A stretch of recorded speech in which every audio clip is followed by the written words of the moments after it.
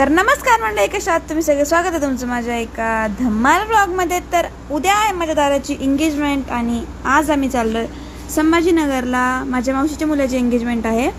तर माझ्या मम्मीचं आवरून झालं तर माझं पण आवरून झालं, तर आम्ही पटकन निघालो आणि पोहोचलो माझ्या छोट्या मावशीच्या घरी. पहिले तिथे आंबा वगैरे खाल्ला, त्यानंतर उसाचा रस वगैरे पिलो, थोडं टी व्ही वगैरे बघितली आणि आवरून फ्रेश होऊन निघालो मार्केटला.